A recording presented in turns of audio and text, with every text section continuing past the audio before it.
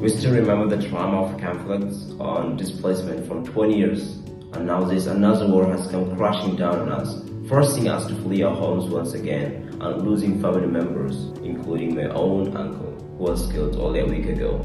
All our dreams and plans have been shattered. في المستقبل حلمي هو أن أصبح طبيبا، فلم يعد بوسعي السعي خلف حلمي.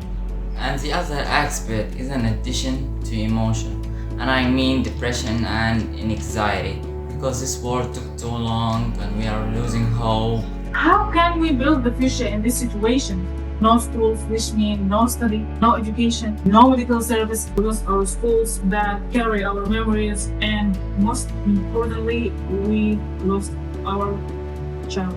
The message that I want to deliver to the world as a young person, I implore the entire world to support peace and to stop all the action of violence and to plant the peace and love in the heart of their children. This is our future and it must be preserved.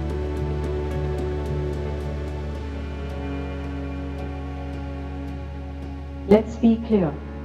No child should have to endure the horrors of what millions of children are experiencing in Sudan.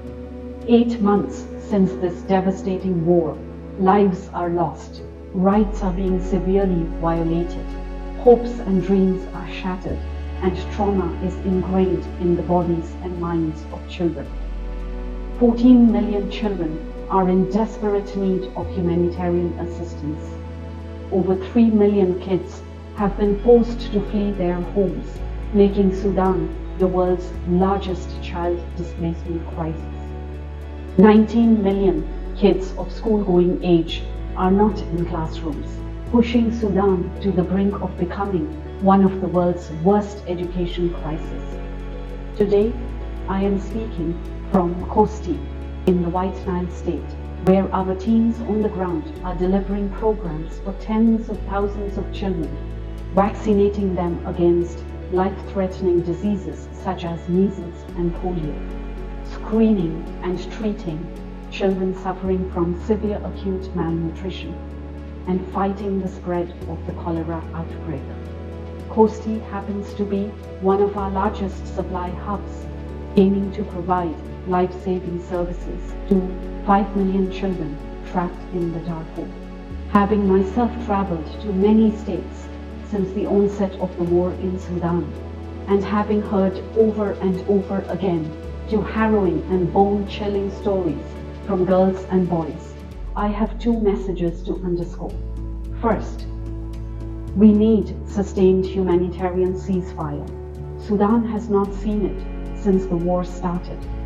Children need this fighting to stop now.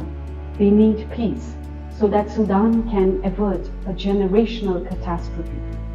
Second, we need to deliver services at scale in the conflict hotspot states of Khartoum, Kordofan, and Darfur. Speaking of Darfur, it has been experiencing escalating violence, including the grave violation of children's rights and reported ethnically targeted killings.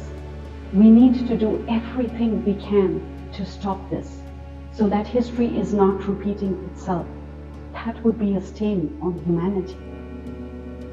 Since the onset of this war, with very many thanks to donors and partners, UNICEF continues to stay and deliver for children in Sudan. So far, we have reached over 6 million children and families with life-saving and resilience services. We have flown into Sudan 11,000 metric tons of life-saving supplies, and we have expanded our partnership with local NGOs and community-based organizations by 70% as a part of our commitment to localization. But we need to do much more. We need speed, scale, and your support. Today, we are urgently appealing for $840 million in 2024 so that we can reach at least 8 million children so that they can survive and thrive.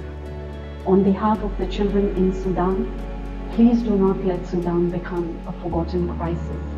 We thank you. Shukran, jazilan, as we say in Arabic.